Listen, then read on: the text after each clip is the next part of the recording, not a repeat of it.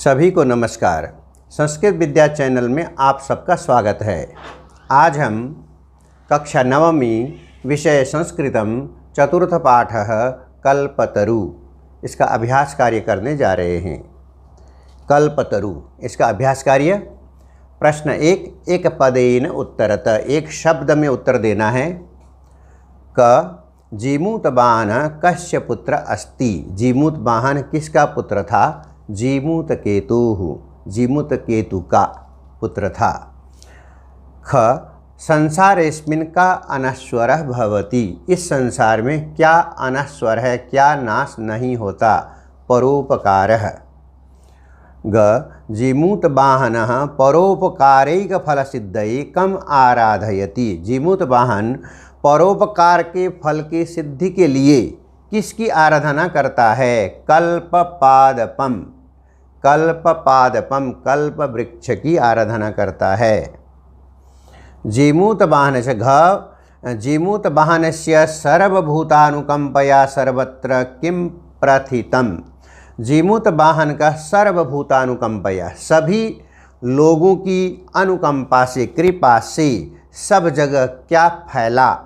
यश है। जीमूतवाहन ने जब परोपकार किया, परोपकार के लिए धन वर्षा करवाया कल्पवृक्ष से, तो सब जगह उसका यश फैला। कल्पतरु भुवि कानि अवर्षत, कल्पतरु ने भुवि बने संसार में क्या वर्षा की? वसूनी, वसूनी मने धनानी, धन संपत्ति की वर्षा की। तो ये पहला प्रश्न पूर्ण हुआ।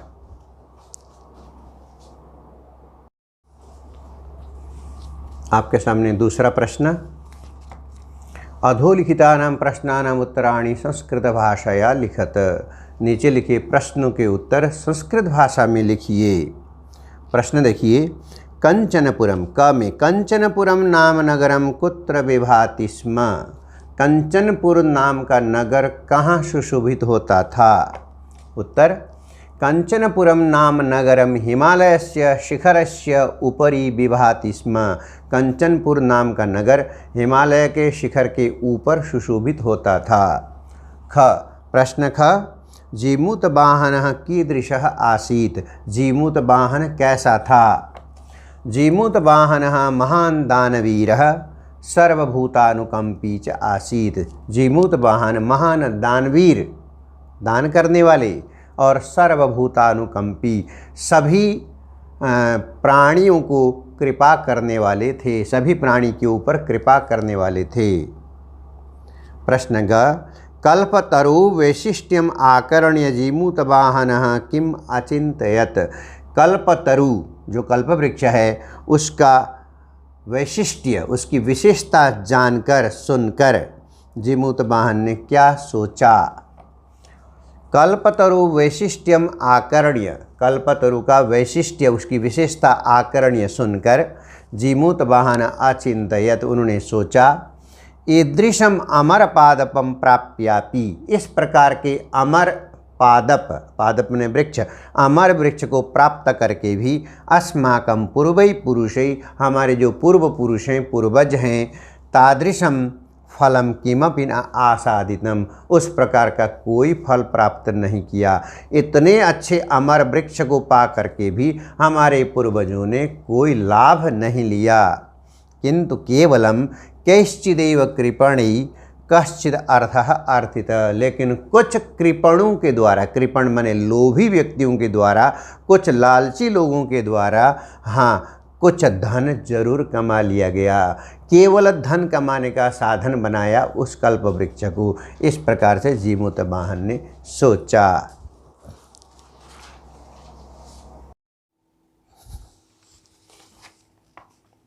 अब ये दो का घ, दो के घ में प्रश्न है। हितैषिणः मंत्रिणः जीमूतवाहनम किम उक्तवान, हितैषिणः हित चाहने वाले, भलाई चाहने वाले मंत्रियों के द्वारा जीमूतवाहन को क्या कहा गया?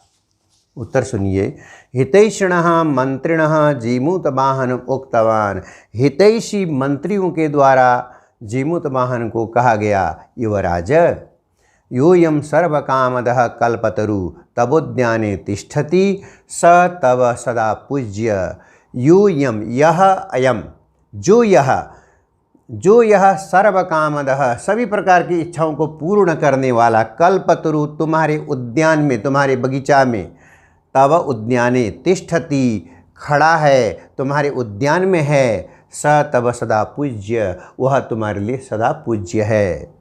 अस्मिन अनुकूल स्थिति, इसके अनुकूल होने पर यानी प्रसन्न होने पर, शक्रोपि अस्मान बाधितुम न शक्नुयात्, शक्रः माने इंद्र, इंद्र भी हमें बाधा उत्पन्न नहीं कर सकेगा। यानी कि यह कल्पवृक्ष जो हमारे बगीचे में है, उस बगीचे के कल्पवृक्ष अगर प्रसन्न रहता है तो इंद्र भी हमें कोई बाधा उत्पन्न नहीं कर सकेगा।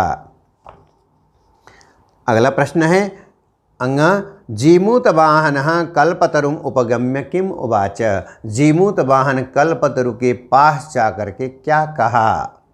देखिए, जीमूतवाहनः कल्पतरुम उपगम्य उवाच, जीमूतवाहन कल्पतरु के पास जाकर के कहा, देव हे देव, त्वया अस्मात् पूर्वेषाम् अभीष्टा कामा पूरिता, तुमने इससे पहले हमारे जो पूर्वज थे, त्वया अस्मत् पूर्वेषाम् आज से पहले की, अभीष्टा कामा उनकी इच्छा, अभीष्ट माने जो चाहते थे, ऐसी इच्छाएं पूरी की। वो लोग पूर्वज लोग जो चाहते थे उनकी इच्छाएं तुमने पूरी की। तन मम एकम, तन ममैकम, तब तो मेरा भी एक, कामम पूरे, मेरी भी एक इच्छा पूरी करो। कामम माने इच्छा पूरी करो। यथा पृथिवीम अदरिद्राम पश्यामि तथा करो तु देव, हे देव यह पृथ्वी अदरिद्र हो जाए, अदरिद्र माने सभी धनवान बन जाएं, दरिद्र कोई ना रहे, गरीब विहीन हो जाए, गरीब विहीन यानी कि सभी धनवान हो जाए, ऐसा कर दीजिए। इस प्रकार से जीमूतवाहन ने उस कल्प वृक्ष से निवेदन किया। तो ये दूसरा प्रश्न पूर्ण हुआ।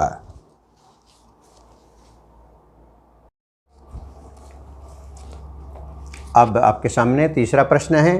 तीसरे प्रश्न में अधोलिखित वाक्येषु स्थूल पदानि कस्मै प्रयुक्तानि, पुस्तक में जो प्रश्न हैं दिए हुए हैं उसमें स्थूल पदानि, स्थूल बने मोटे, जो मोटे अक्षरों में छपे हुए हैं वो शब्द किसके लिए प्रयुक्त हुए, मोटे अक्षर वाले शब्द किसके लिए प्रयोग किए गए। यहाँ मोटे अक्षर की जगह हमने रेखांकित कर दिया है। रेखांकित शब्द किसके लिए प्रयुक्त हो रहे हैं, जो पुस्तक में मोटे अक्षर हैं यहाँ पे रेखांकित हैं। तो यहाँ पे दिया गया है तस्य सानोपरि विभाति कंचनपुर नाम नगरम, उसके सानोपरि मने शिखर के ऊपर, उसके यानी तस्य मने हिमालय पर्वत, हिमालय पर्वताय, हिमालय पर्वत के ऊपर है ये, उसके सानोपरि उसके शिखर के ऊपर विभाति कंचनपुर नाम नगरम, कंचनपुर नाम का नगर सुशोभित है। ख में राजा संप्राप्त यौवनम तम यौवराज्य अभिषिक्तवान, राजा संप्राप्त यौवनम जिसने युवावस्था प्राप्त कर लिया है, ऐसे तम उसे यौवराज्य अभिषिक्तवान, यौवराज्य में युवराज के पद पर उसने अभिषिक्त किया यानी युवराज बनाया। तो तम शब्द के लिए जीमूतवाहन आया, जीमूतवाहन के लिए तम शब्द आया है। ग में अयम तव सदा पूज्य, यह तुम्हारे लिए सदा पूज्य है, पूजनीय है। तो अयम यहाँ पे कल्पतरवे, कल्पतरु के लिए कहा गया है, चतुर्थी विभक्ति इसलिए तरवे हो गया। अंगा में तात त्वम तो जानासि यद धनम बीचिव चंचलम, तात तुम तो जानती हो कि धनम बीचिव चंचलम, लहरों की तरह से धन चंचल है। तो यहाँ पे त्वम जीमूत केतवे, जीमूत केतु के लिए कहा गया है, जो जीमूतवाहन के पिता हैं जीमूत केतु, उनके लिए कहा गया है, चतुर्थी विभक्ति है, पित्रे यानी पिता के लिए कहा गया है। तो इस प्रकार से तीसरा प्रश्न पूर्ण हुआ।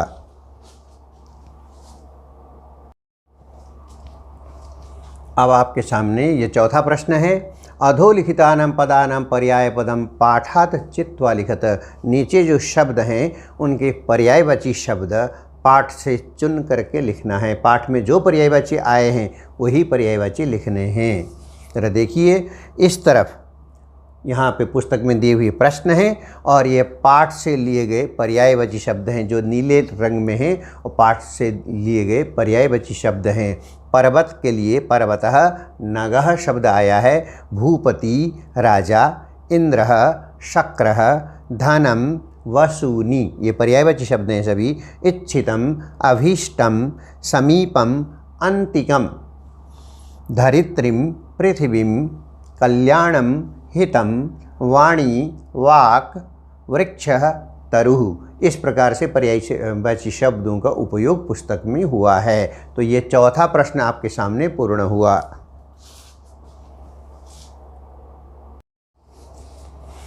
अब आपके सामने ये पांचवा प्रश्न है। पांचवा प्रश्न, क स्तंभे विशेषण पदानि। ये क स्तंभ है, यहाँ पर विशेषण पद हैं। ख स्तंभे च विशेष्य पदानि। ख स्तंभ में विशेष्य पद हैं। इन दोनों के जोड़े बनाने हैं। पुस्तक में आगे पीछे करके दिए गए हैं और सामने सामने लिख करके उनके जोड़े बनाने हैं। तो क स्तंभ में ये विशेषण पद हैं और ये विशेष्य पद हैं। ख स्तंभ में विशेष्य पद हैं। इनके जोड़े कुलक्रमादागतः कल्पतरु, दानवीरः जीमूतवाहनः, हितैषिभिः मंत्रिभिः, वीचिव चंचलम धनम, अनश्वरः परोपकारः। इस प्रकार से पांचवा प्रश्न पूरा हुआ।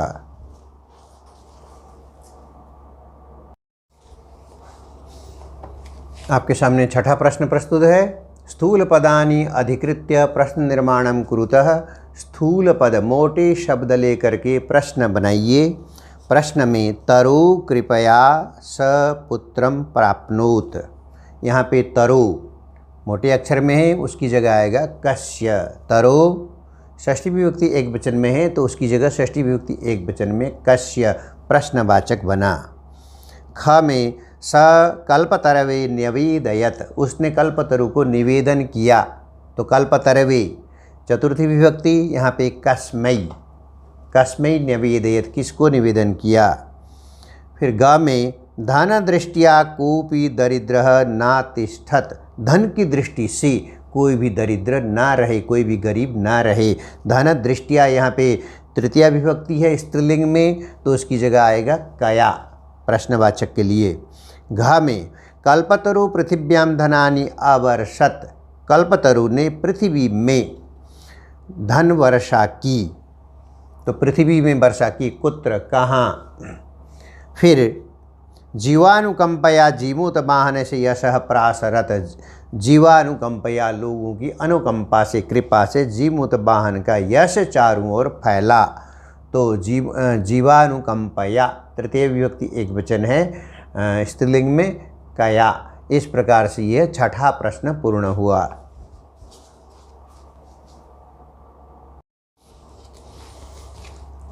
अब आपके सामने सातवां और अंतिम प्रश्न है। सातवें प्रश्न के दो भाग हैं, क और ख। क में कोष्ठक गतेषु पदेषु चतुर्थी विभक्तिं प्रयुज्य रिक्त स्थानानि पूरयत। कोष्ठक गतेषु पदेषु जो ब्रैकेट में दिए गए हैं, कोष्ठक में दिए गए हैं, उनमें चतुर्थी विभक्ति का प्रयोग करके हमें खाली स्थान भरना है। तो यहाँ पे स्वस्ति तुभ्यम, देखिए जरा, स्वस्ति तुभ्यम, स्वस्ति शब्द से योगी चतुर्थी विभक्ति भवती। जब स्वस्ति शब्द का प्रयोग होगा उसके साथ चतुर्थी विभक्ति ही लगेंगे। स्वस्ति शब्द जब आएगा तो चतुर्थी विभक्ति लगेंगे। इत्यनेन नियमेन अत्र चतुर्थी विभक्ति प्रयोज्य। इस नियम के अंतर्गत यहाँ पे चतुर्थी विभक्ति का प्रयोग करके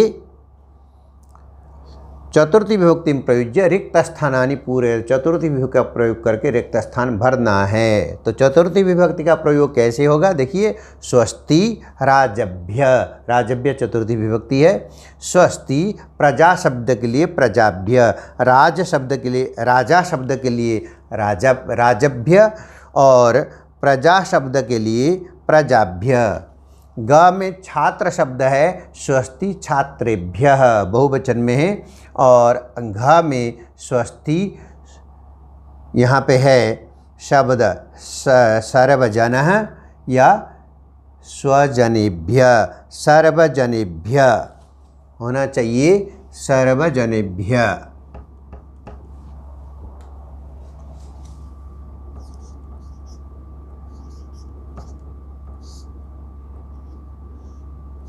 स्वस्ति सर्वजनेभ्य, सभी लोगों के प्रति स्वस्ति। अच्छा, ये 7वां प्रश्न का ख है, कोष्ठक गतेषु शब्द पदेषु षष्ठी विभक्ति प्रयुज्य रिक्त स्थानानि पूरयते। जिस प्रकार से चतुर्थी विभक्ति का प्रयोग करके खाली जगह भरे गए, यहाँ षष्ठी विभक्ति का प्रयोग करके खाली स्थान भरना है।